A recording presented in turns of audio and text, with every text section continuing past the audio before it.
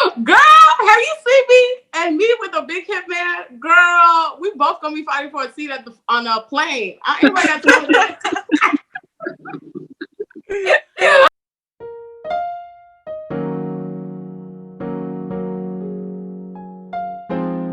Everybody, welcome back to Girlfriends with Girlfriends. It's your girl Ashley Chantrice, and I am here with three of my best girlfriends, Prissy, Missy. Hey girl, hey. Hey, how are you guys?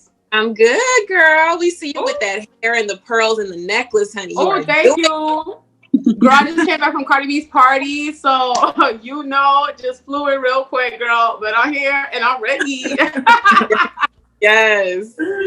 Get that Rolls Royce truck. I know that's honey. It was looking nice in person, girl. Sorry y'all couldn't be there. Then we have Miss Khadijah Phillips, my best friend of 13 years. What's up, my sis? Hello, everyone. I see you with the earrings again, girl. Hoops. My face doesn't look right without them at this point. I feel that. You definitely can't go wrong with a good hoop. No matter what you doing, you put on them hoop earrings, you are good to go. And last but certainly not least, we have Miss Mary Ando, my Ghanaian princess. Hey, girl. Hey, y'all. All right. Hey.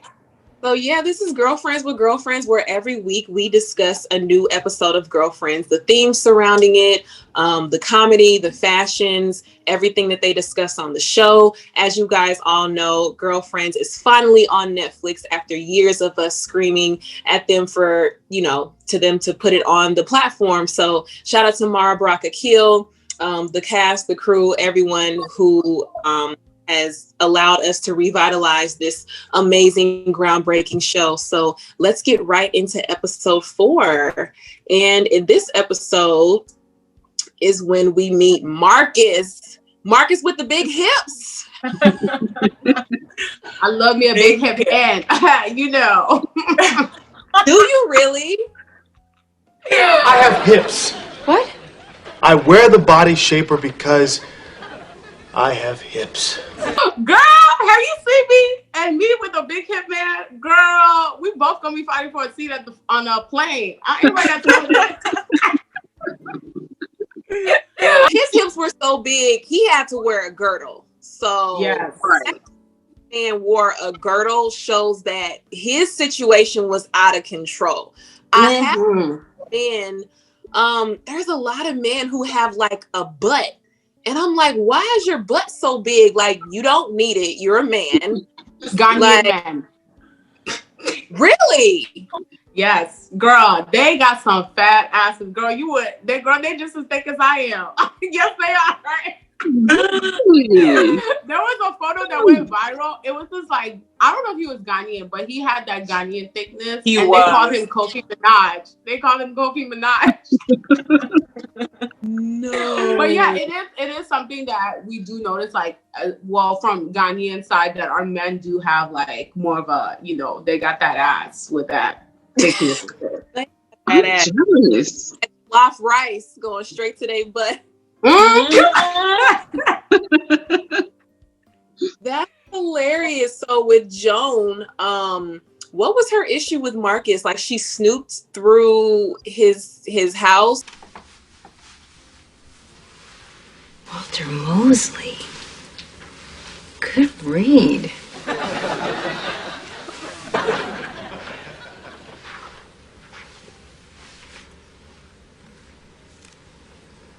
A girdle or something, and was like, what is this?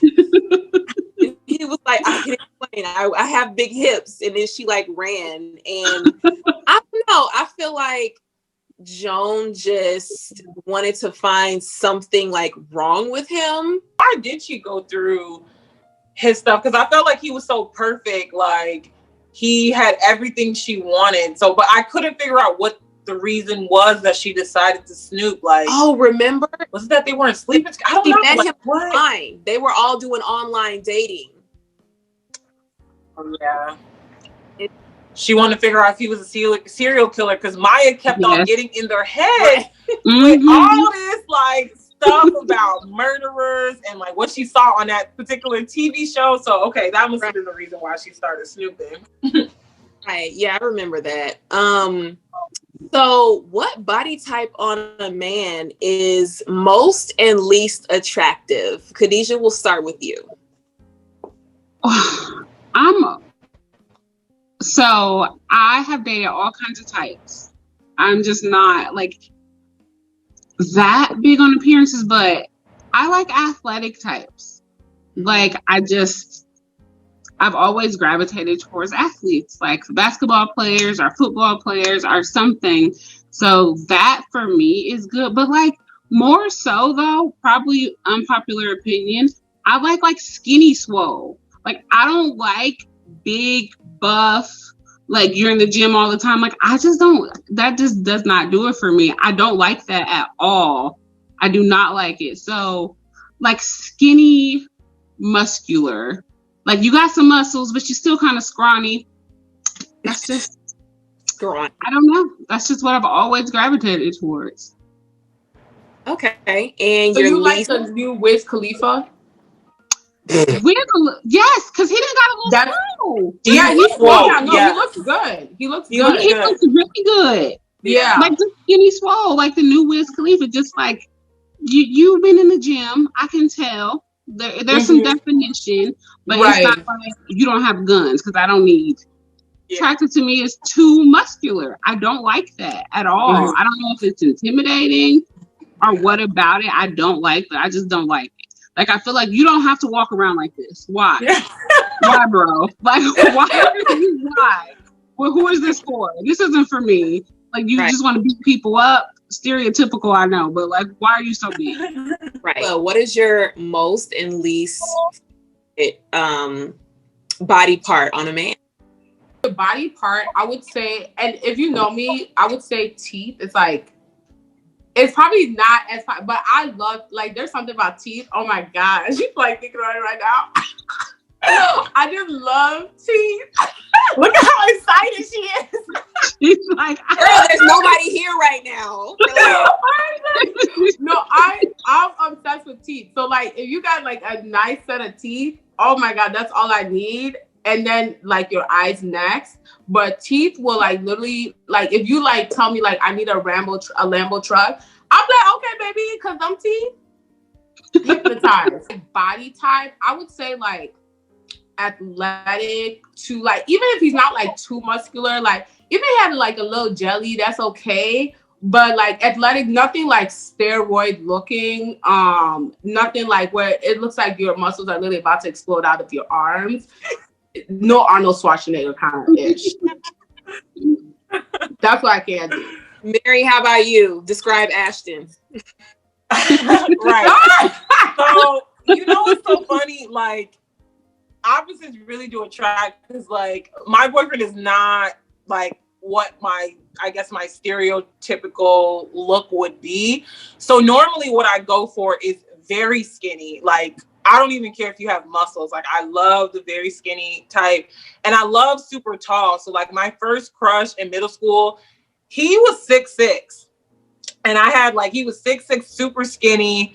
And all through high school, like I just like had the biggest crush on him. So for me, it's always like height first, like that's gonna get my attention, and then like a thin frame. Like I like the Wiz Khalifa body type. Like to me, he's skinny, but there's like definition there. And then like Big Sean lately has been getting kind of like muscular and kind of fine. So I like that body type. So my boyfriend's body type, I love it. I want to say he's cut, but not like overly so. Like I have something to grab on, you know? So I'm kind of like, okay, I guess I'll leave the skinny life behind. Also, that got a little meat, didn't know how to act. And also he's shorter than what my typical like person I go for is. So I actually am happy that he's not skinny, because for me, like if you're skinny and you're short, like he's shorter. Like he's shorter than what she usually goes for. He's not like a little right. Oh yeah. So like he's 5'8". Like my usual goal for is like 6'2", 6'3". Like I always said on my list back in the day, like 6'7" was my like goal. Like I wanted somebody 6'7". Amen. Amen. You don't but I'm 5'8", right? And I love to wear heels. So I also like the fact when I'm in heels, but somebody's taller than me. And I think that might have also been insecurity, right? Because it's like, I didn't want to be taller than a man. Because me and my boyfriend talk about this all the time. I think 5'8" is average, but he says I'm taller for a woman. And I've looked it up, and I think women are average like 5'5", 5'6". Mm-hmm. So like, I'm a little taller. So for me, it was always like, I think back to your point last week about like wanting to feel like feminine, having somebody taller, but I'm good now. I don't care about the 6'7", but I will look like if there's somebody 6'7", I will take a peek. I feel that, and Ashton has beautiful teeth. I always tell Mary like he has a beautiful. He definitely does. That's the shout out to Ashton. I know why. I would say I have always been attracted to. I think we know like a beautiful smile, obviously a handsome man. I am skinny myself. I've never been attracted to skinny guys. Really? Ever. No. I just feel like, I don't know, like me being small myself, like I just feel like standing next to a skinny man, we would look like number 11. It just looks like I've never looked at a skinny guy like, okay, no. I like see Curtis now has the perfect body type to me because he's muscular, but he's not like super cut. His chest is cut, but he has like the little gut, like the athletic gut. Yeah, it's not a grown man. It's the grown man. Like he just grown. It definitely is a little dad bod. Mind you, he works out. Like he eats right, he works out, all that, but it's like just a little bit. So and then like shoulders to me are important. Like I love the drop down shoulder situation. Fun fact, every guy I've ever dated has been a football player.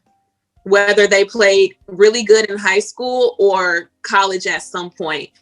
And I don't watch football. I actually can't really stand it, but I love the muscular neck leading to like good shoulders, a good chest, a nice little athletic gut, if that makes sense. It can be skinny. I need something to, like Mary said, hold on to. Safe, like you can drop somebody if it needs to happen. I think men pick apart women's bodies all day, every day. So I think it's good to know what women do, what we like. And I think it's good to know to have that standard, you know what I'm saying? Because men will definitely say, oh, I only like this type of woman, or she gotta have this, she gotta have that. You know, they talk about fake bodies, but they all in their comments and liking that's what they want. Exactly. So I think it's good to know, like, really pay attention to like the physical attributes of what you like, because physical attraction is huge in a relationship. Like you have to always like want that person and always like admire them. Hips are a no-go for me. I don't have hips. Why do you have, like, not fair. Right. Like you can't have more hips than me. I'm jealous at this point because I don't have any hips either. So like, why are you so thick? No. Right. Marcus had hips, and I was actually shocked that Joan like dated him and dealt with him for so long, because, you know, obviously we'll talk about this in later episodes, but the next episode, but he was like a weirdo. He was clingy. He was always showing up, popping up, which Joan was kind of bogus for, because that's what she claimed to want. That's what she wanted. I was gonna say, So it's like, now that he's showing you all this attention, but it's not the attention that you want. He was kind of lame though. The like, Joan phone. The Joan phone. The Joan phone. Like, like Joan, what? I mean, the Joan home. I was like, oh, okay. You know, right. It was gonna buy our house. That was okay. So fast. But it was I also like think that Joan dealt with him to prove a point to Toni, because Toni had called her out in that conversation about being a hypocrite. And I think the only reason she kept him around was because she told Toni, like, oh no, I'm not a hypocrite like you. I'm going to stay, like, I'm still going to be my man regardless of, you know, what I feel about like his hips. So I feel like from that moment on, as soon as Toni called her out, Joan was on a mission to be like, I need to prove that I really like this person. And she couldn't even do it. Like, every other word was like hips.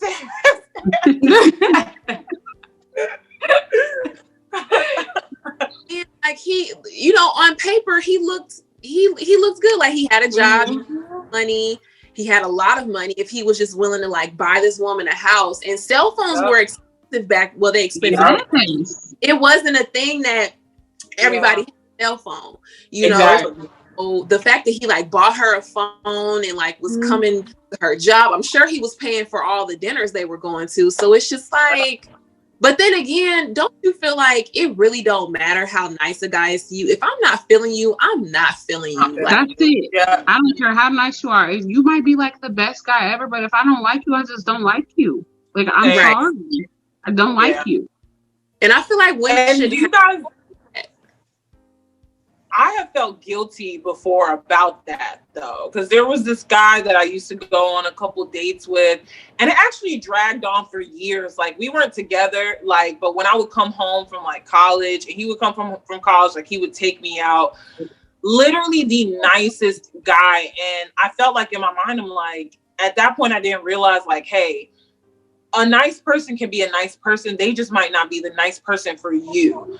But I was dealing with so many fuck dudes that I thought like, okay, it's a problem with me that I don't like this nice person. You know what I'm saying? And like, he did everything right. And I actually ended up apologizing to him like recently. And like, we're so cool about not being forthcoming and like dragging it out. Cause like I would still go on dates with him, knowing that I wasn't feeling it, knowing that it was like awkward for me just because he was nice. And like, he's so nice that he's like kept in touch with me. Like he has a new girl. I'm like super happy for him because I'm like, dang, he really like, I always wish, I'm like, please let him find someone who appreciates that.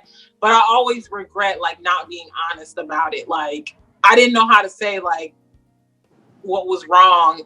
And I feel like we, like you said, Ashley, we should be able to say like, hey, this just isn't working out for me. Like, let's stay friends, instead of years of like, okay, we could go out, and then ghosting them or just kind of stringing them along. I mean, it's free food at the end of the day. If you want to take me out, buy me dinner, I'm gonna let you, but you're not gonna get. So. I think like Mary was saying, you know, because you deal with all these F-boys, right? And then this nice person comes along and they have everything right on paper too, right? And then you're not feeling them. So in your head, you're like, am I messed up? Like, is it something that's wrong with me? Like, is there a reason why I keep attracting these people? Like, why am I not, you know, attracted to this like nice person? And I feel like that can just like mess with you like psychologically. And then that's probably why you hold on, because you're like, oh, well, I've gone through all this BS. Like, you know, it got to be something with me. And just like, maybe, you know, I'll end up liking this person. It's just like, it's just something new, you know? Because like a lot of people who've been treated wrong, it's hard for them to trust someone who actually does treat them right? So it kind of takes them a while. And I think that's like part of like figuring out who you are and like figuring out, okay, do I really like not like them, or is it just like something that's within me, you know, like psychologically, you know, and the things that I've been through. That's very true. Because Joan was on a quest to find a husband, you know, and she always kind of wanted to maybe chase the unattainable and like mold and create her ideal man. And I think she liked the chase, like, because Joan liked to play games, so she liked it. And when Marcus came, hips and all, you know, he had everything he wanted. It was like there was nothing to mold or change. So she was like, this isn't a challenge. He does everything right already, so I don't like him. Plus he was corny. He was mad corny. Mary said she definitely, you know, her and Toni were always in some level of like competition with each other. Like they always had something to prove to each other, right? So when Toni called her out, she was like, I'll show you, you know what I mean? And it absolutely backfired because it's like, what you do with this man now? You don't want him. Right. Then this is also the episode where we get introduced to Toni being like color struck. It was interesting to see this beautiful, accomplished, confident Black woman still have an insecurity, but it's an insecurity that has been deeply rooted within Black for generations, you know, even before slavery. I'm sure like on the continent when we were there was some, you know, issues with colorism.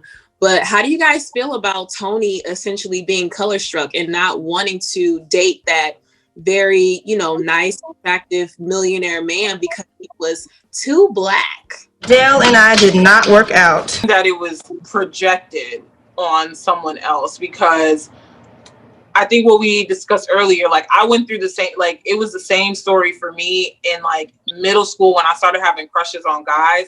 It was usually mixed girls with really long hair, girls who had already started developing, but it usually was like a lighter skin tone that was like praised. And you started seeing that like in social media. So for me, whenever I thought about it, there were times, I'm not going to lie, like in middle school, I'm like, dang, like I wish I was light skinned. I wish, you know, I had the mixed type of curly hair. But it was I never projected it on anyone else. So for me, like dark skinned men are number one. Like the blacker, the better. Like that has always been my motto. Like I love dark skinned men. And I find light-skinned men attractive too, but for me it's always like if I had to choose, it would be like, oh, I would love like a dark-skinned man, you know. So for me, I found it interesting that she projected it on someone else in the thoughts about like, oh, my daughter, because I always like kept it internal. Like it was the self-hate towards myself. I never turned it around and like projected it on like, oh, I don't want to date dark-skinned men. And sometimes I wonder about preferences, right? Because men, we hear all the time, men's like, my preference is light-skinned women. You know what I'm saying? And sometimes that can go from a preference to something else, you know, because I have a preference for dark-skinned men, but that doesn't mean anything against light-skinned. No, I mean too Black. You know, blue, black, coal, midnight. Look, I like what I like. But it's our different skin tones that keeps a white man perplexed. I found it interesting that was like, she turned that insecurity and like pushed that outward. Like I haven't really come across that before, because I don't think I've ever met any woman who's said they don't like dark skinned men. I feel like when it comes to men, dark skin is desirable. It's looked at as more manly. Like I've seen those comments about like maybe light skin is not as desirable like when it comes to men. Actually, I don't want to say more desirable, but like I think when it comes to men, a lot of times it seems like dark skin might be the preference. So I was actually really surprised that was pushed out externally instead of like kept inside. Right. And then she was saying like, oh, if I'm going to get a millionaire, I'm going to have to give him some kids. And I don't want my daughter to go through life being told that she's pretty for a dark-skinned girl. Beautiful. Like you. But even darker. I don't want her going through life hearing, oh, you're cute for a dark-skinned girl. Or tar baby. Going to face that. You know what I'm saying? And even if she does, you as her mom need to be there to affirm her and tell her how beautiful she is. So it's just like you're creating these problems and like you said, like projecting it onto some child you don't even have, you know, not really dealing with your own inner issues. And it was so funny, the conversation her and Joan were having. She was like, what did she say?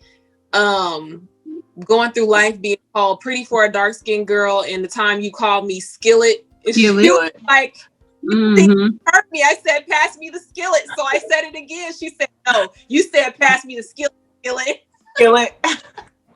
But I peeped that she said that Joan called her tar baby. which I think was messed up of Joan, even though they were young. That obviously stayed with Toni for a long time. But in that scene, I didn't see Joan might have apologized, but I don't remember Joan like maybe giving the ownership to that, how that comment would have affected like her best friend. I feel like the dialogue there could have been like a little better. She was like, "You call bug eyes." Tracy Ellis Ross big beautiful eyes. So because your best friend called you bug eyes, you call her tar baby. Like that's what not were you? That's not equivalent. Or no, what you said was hand me the skillet. That is not funny. With you guys, I actually went through that phase of like, I didn't want to have children that were dark skinned and go through like the insecurities that I went through, because I felt like, you know, they're not looking at me, they're looking at you know, the light skinned girls, they find them more beautiful. So I was always like, either it's gonna be a white guy or it's gonna be like someone who's already mixed or a light skinned black man. And like, I mean, I was attracted to dark skinned men, but like in my mind, like literally mentally, I was like, no, there's no way. Like I would never let that happen because of my kids. But like when you're younger, like, even though my parents were like, you're beautiful, it doesn't matter what, you know, when like you have these insecurities, like as a child, like growing up, like, you know, no one can really like tell you much. I don't know. It's just like, you can affirm it, but it's like, if it's in your head and you're going through puberty, you don't really know who you are, and people call you midnight and stuff like that, and you're not, I guess, getting the attention. Like you're seeing that you're not as, I guess, desirable. It is hard. Like you just don't want your child to like go through that. So I didn't blame her, and I relate to that back in the day. Now I like them dark skin, chocolate, you know, I'm not discriminating, okay? But yeah, I went through that as well. But I never projected it on no guy. But internally, I was like, there is no way in my life I would ever be with a dark skinned man because of that. Wow, that's deep. But how do you feel like you know, became more confident over the years? Like, what was that process like? I think, you know, I would see Beyonce on TV, right? And I'd be like, oh my gosh, she's so beautiful. Like things like that. Kelly Rowland was like so beautiful to me at that time. Even Countess Vaughn, I know they be calling her like big on TV and stuff like that, but I thought she was so beautiful. So these are like people that I like started to like look up to, like, okay, you know, like, you know, I am good enough. And I wouldn't say until college, it's when I really felt comfortable with who I was. Because I think I was like more around people who looked like me, you know, and I was like, this is who I am. And I just had a different mindset at that point. The diversity probably helped because you said you were at a predominantly white school, and then you went to school, and then, you know, at SIU, there was just, you know, the Black population was just so diverse, and being around, you know, a lots of shades of brown women, and like, you know, we're all so beautiful in our own way. It's just like, okay, you start to think of the things that make you beautiful and how you know, accentuate your beauty and things like that. And then, you know, we used to kick it, we used to party, so it's like you go look cute, you feel good. Right. That definitely did wonders. And then Priscilla got a big old booty, y'all. So I did, and you know, it's crazy. I did not like my booty. Like I hated my body too. Like what? Yes, I hated my body up until I think it was like senior year of high school. Like I hated my body. I was like, I wanted to be a stick. I mean, I went to school mainly. That was one issue, like going to school with mainly white people, is that you want to like have that body type, right? Like Beyonce body wasn't popular. Like it wasn't even like cool. It wasn't even cool until Kim Kardashian came along. Then all of a sudden, you know, J-Lo came along. Now people want to celebrate, you know, having curves. Interesting how, you know, we get told that Black is beautiful and to appreciate in our bodies and things like that. But it's easier said than done when you're in these environments with people who don't look like you. Have a different standard of beauty than you. I think, you know, Toni was justified in her feelings, but she never really wanted to deal with the inward like feeling and like where it came from and how she can kind of overcome it. She just kind of created this facade. Like I said, the Beverly Hills Black Barbie, she created that because when she was talking to Joan, she was like, this body, you know, Tybo, you know, I work out, I buy my hair, I avoid the sun. She does all these things to create this beautiful version of herself, meaning she wants to be skinny, she has to have like a certain hair type, and she doesn't want to be darker. Like you have to do all of those things to not be as Black as you are. And I feel like, you know, I don't know, I still have not issues with Toni, but really trying to figure out like how that can relate to what Black girls face every day, and like how it, you know, how we grow up into being who we are, based off of, you know, our experiences when we were younger. Khadijah, you are, you know, obviously like a lighter skinned Black woman, and you've had your own like, you know, dealings with colorism. And this is something that you and I have recently been talking about, because it's never been an issue in our friendship, like never, ever at all. So yeah, just kind of like tell us about your experience with that, because so growing up in like a predominantly darker skinned family, where so we have some lighter skinned people, but predominantly darker skin, you get this like it's colorism flip flopped though. So like it's light skinned people, you like my grandma would scrub me raw, like your neck is dirty, like scrub your neck, or your knees, or light skinned people, the dirt show on y'all too much, like literally scrubbing you. Are in the like I had a mixed friend and she would go tan, and my grandma was like, you go on the tan with her, you need some color. Or like my mom and them calling me pale face, are just like, it's just a little bit different. And I'm gonna get on my soapbox because like I hate this issue, and like we all know where it came from. Like we know it was used like back in slavery, the divide, the lighter skinned ones in the house, the darker skinned ones outside. And I feel like we've taken that and like internalized that as a community. So where like there you get this bad rep for like, oh, she's light skinned and stuck up. Like, no, I'm not like light skinned or stuck up. Like I'm looking at you and your skin is beautiful. Like I wish I was darker, especially growing up being told I'm too light, or my lips are too pink.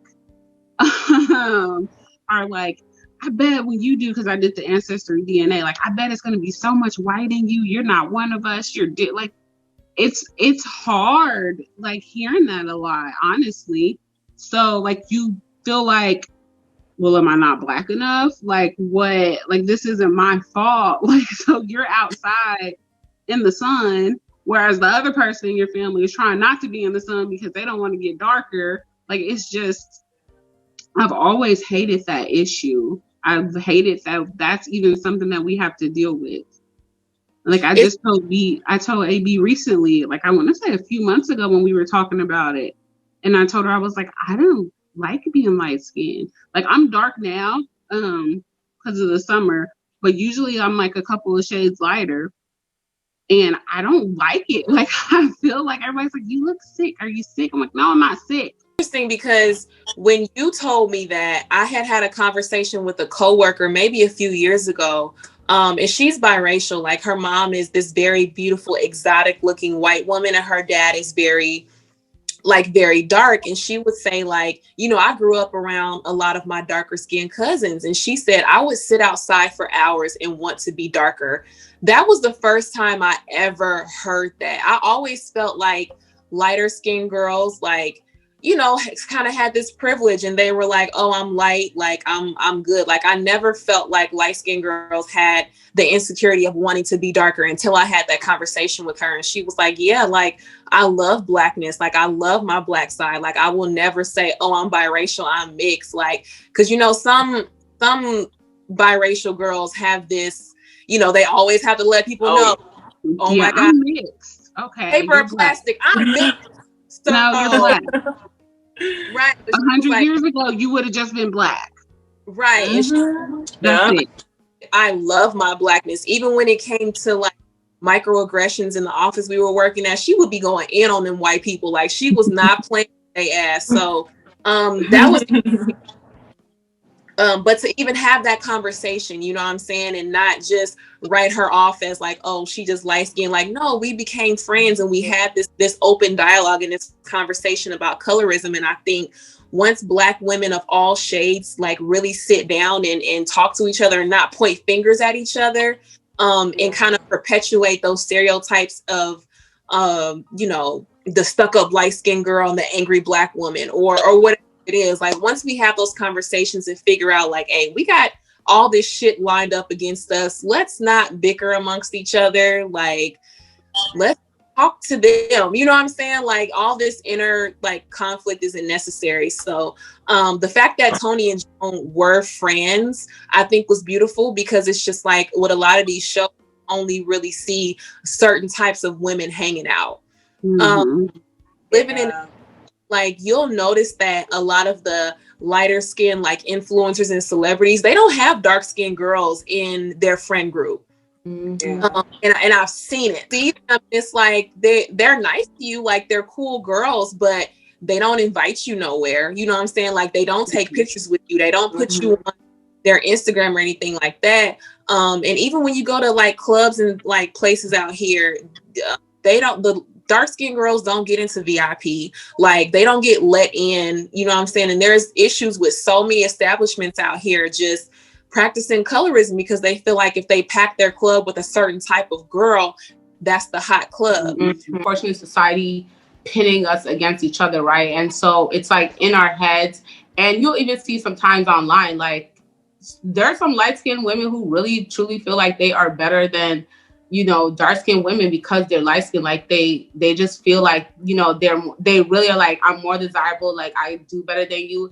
And it's like, girl, that is not true, but you okay, are not. Go ahead. It's not, go because I've been ahead. told multiple times, like, whereas she said that she didn't want her daughter hearing you're pretty for a dark skinned girl. Like I've just heard like, so okay, so you're not pretty for a dark skinned girl. So let's go up a notch and you're talking to a white guy and it's, well, you're the prettiest Black girl I've ever seen.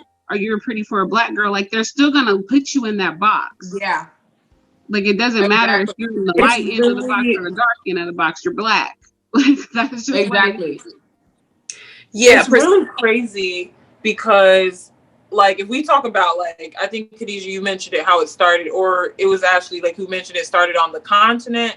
Like it was how they use it to like divide slaves. But if you go back to Africa now, which is so frustrating because it's like it's so deeply rooted. I feel like it's going to take centuries to rebuild.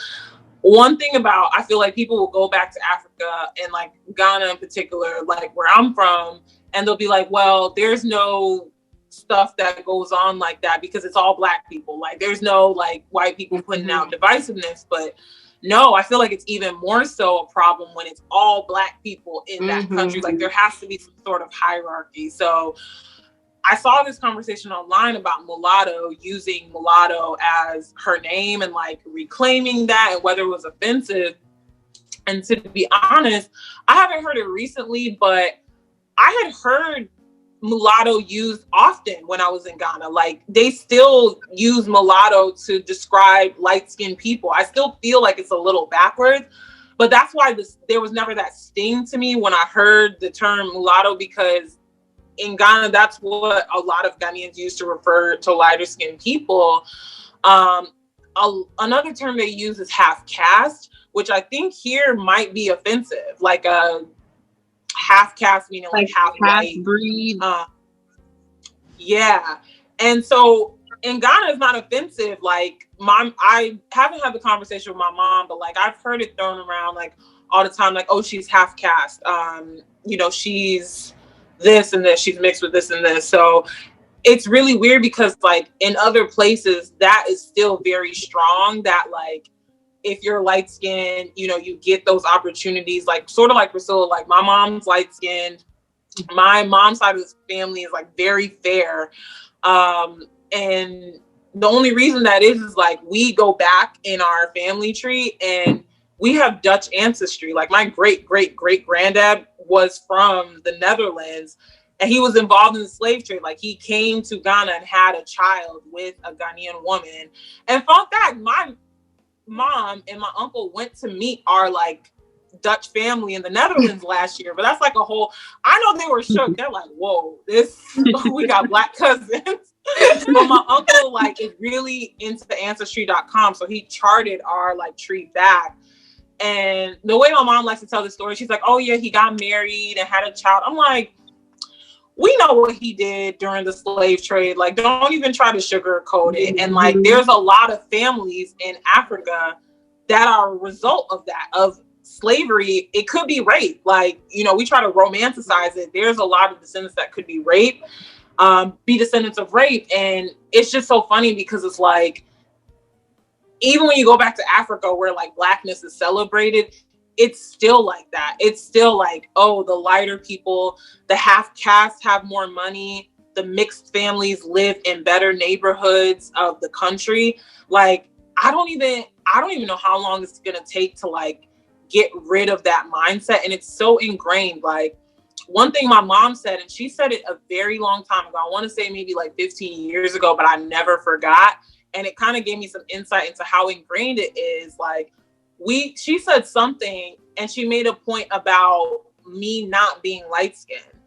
And I remember always being like, well, why would she say something like that to me? You know what I'm saying? Like, I'm her daughter. Like, light skin is just not everything, but it's like what they're taught. Like, they want to stay light. Like, my mom would have these creams to keep her still light. And when they like got rid of the cream, like bleaching is heavy in Africa. Yeah. And she was already light, but coming here, she wanted to stay light. So she would use this like Vantex cream. And for me, I was just like, well, you don't like, I remember her being so upset when they phased it out. Like they stopped selling it. And like, for me, I'm like, you're not, like, you're gonna be light skinned. Like, it's not gonna end. Like, it's okay. He's still gonna be light skinned. But it just gave me a clue about like how heavily ingrained, and it's sometimes sad to see like it in your parents, you know what I'm saying? Because it's just like, dang, like, mom, even if you weren't light skinned, like, you'd still be pretty. I don't, you know. So it's just weird to me. But I've been seeing them phase out like those bleaching creams. Time that I've been made to feel like a woman who was lighter skinned was reinforcing, you know, those negative stereotypes, was when I was dating someone. We not gonna put names out here, but y'all know what I'm talking about. And I guess this woman was upset that she felt like, how do I explain this? I feel like with certain women who are of a lighter hue, they feel some type of way when a man they want dates a dark-skinned woman, because I feel like this world tells light-skinned women that they are above and they deserve it, and you know, you are the standard. So when I got this man and she felt away, I was called ghetto. She mispronounced my name, would call me Keisha. She made a comment to him saying, I don't know why you move on with girls who I feel like are less than me. Yeah, just a bunch of stuff. Like, it was just absolutely crazy. But it's just like, why reinforce that negative stereotype about the stuck-up, angry, light-skinned woman when I haven't done anything to you but show up and be my authentic Black self?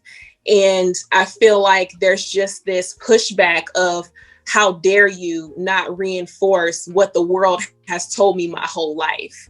And then it's like, if you clap back, if you say something, if you stick up for yourself, you're the angry Black dark girl. You know what I'm saying? You're the Black bitch.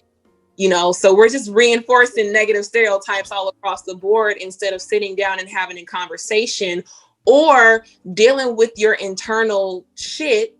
Yeah. And not projecting that onto other people. So I feel like that was the only instance where, you know, I was kind of in conflict with another woman of color based off of, you know, those inner insecurities.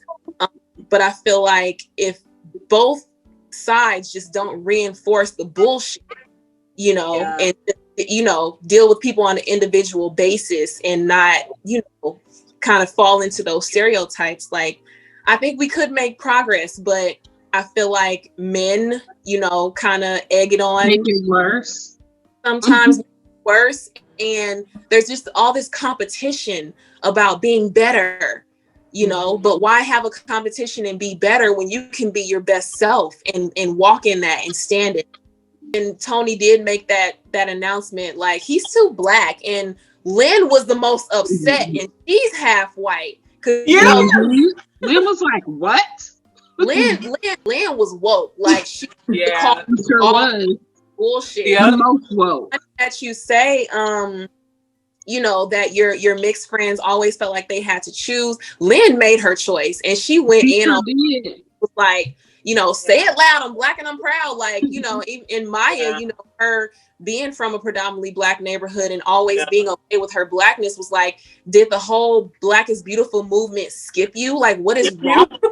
So that was the most woke, and she was biracial, and she grew up around white people.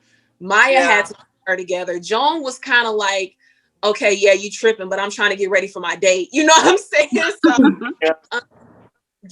so what space or what duty or whatever the word is do lighter skinned or like biracial people have in the fight against colorism? Like, what is their place? I think I was called Roach. And I was called a roach. And I'm like, honey, like, you are black.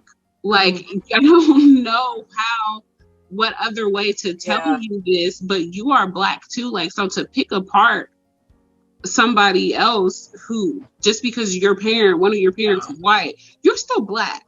Because remember when back in the day when they had that, what was it, that paper bag rule? Like, you're a big bag. Like, you want to be back here with me. Like, let's not do this. So I kind of think it depends on how they were raised, though, because a lot of them, or at least the ones that I know, aren't raised with both of their families.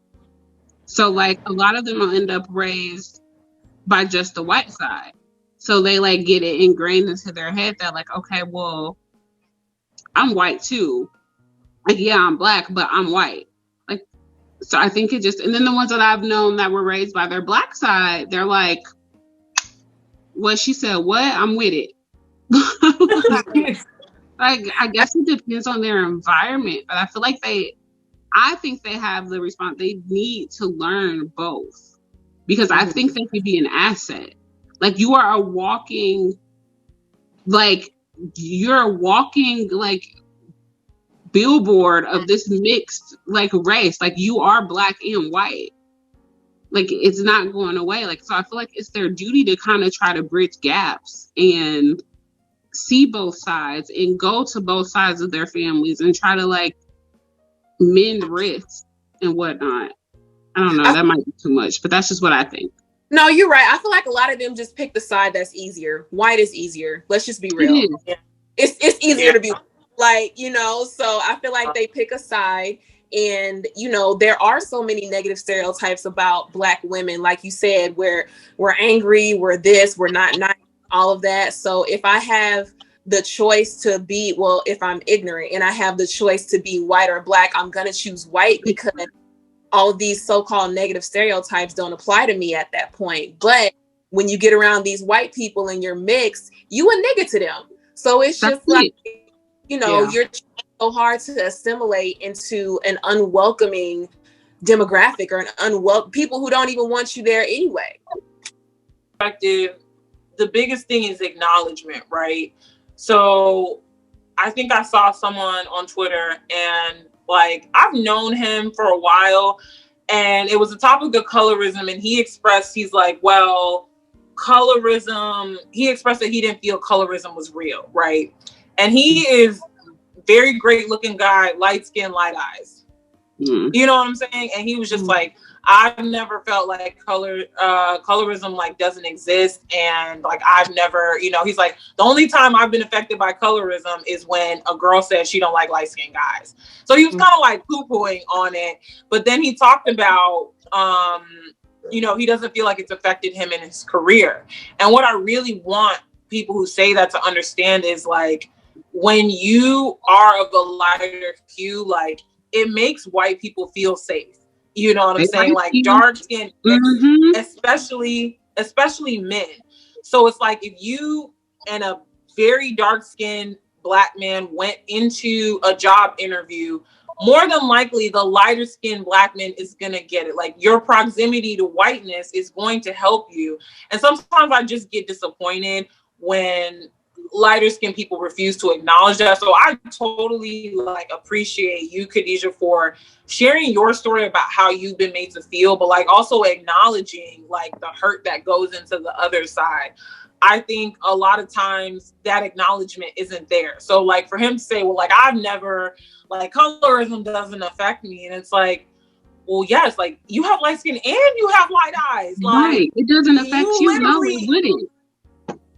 And you're a man, you know what I'm saying? So it's just like you've had the benefit of making people feel safe in those spaces. Whereas like, unfortunately, like darker skinned Black men are going to always be seen as a threat, no matter what they do. So I really think it's like the acknowledgement piece of it from both sides. Like, cause like, Khadijah, just hearing you say about like wanting to be darker from being around your cousins, I was blown away. Like, cause I would have never expected someone light skinned to say that, because like I used to always want to be light skinned. So never in my mind would I think a light skinned person would want to be dark skinned, but I understand it perfectly. Like when your cousins are dark skinned or your family is saying like you're too pale, like absolutely. And that's hurtful. Like, so it's just like, just sharing those stories, like I think is super powerful. When they're young. Because obviously all of us have, you know, these scars from childhood or these stories about how colorism has affected us. And one thing that I always try to do with Destin is when we, you know, brush our teeth in the morning or when I'm fixing his hair, look at your skin. Like, look how beautiful you're. Like, you are a beautiful Black boy. Or we'll see like a really cute Black girl. I'm like, Destin, look how pretty she is. Whether she's light skin, whatever. He's like, yeah, very beautiful. Most times he not paying me no mind. He's like, okay, whatever. But I really do try to look at him, appreciate his hair texture. He doesn't have like wavy curly hair. Like he has kinky African American hair. And I really want him to appreciate that and to love that and not fight against it, because I know the minute he walks outside this door, the world is going to try to tell him who he is. But I want to affirm him and let him decide who he is. I tell him all the time, no one, not me, not dad, not anybody tells you who you are. You define who you are. As a Black man, so important, because otherwise we're gonna, you know, continuously breed these young self-hating Black men who gonna destroy other Black women, you know. So I feel like it starts at a young age. It starts in the home. Affirm your Black girls. Tell them that people, tell them how to stick up for themselves when other people tell them that they're not, and let them know that you define who you are. No one else defines who you are. So yeah, that's all the time we have today. This is an amazing conversation. For checking out Girlfriends with Girlfriends. Today we talked about season 1, episode 4, where we meet Girly Hips Marcus and his girdle, and we tackle Toni's colorism, how, you know, it's affected all of our lives and how we faced it, how we've overcome it, and how we still tend to deal with it, because this is something that has not gone away. Thanks, slavery. Shout out to you. So yeah, thank you girls for joining me so much. This is an amazing conversation, and we will see you guys next week.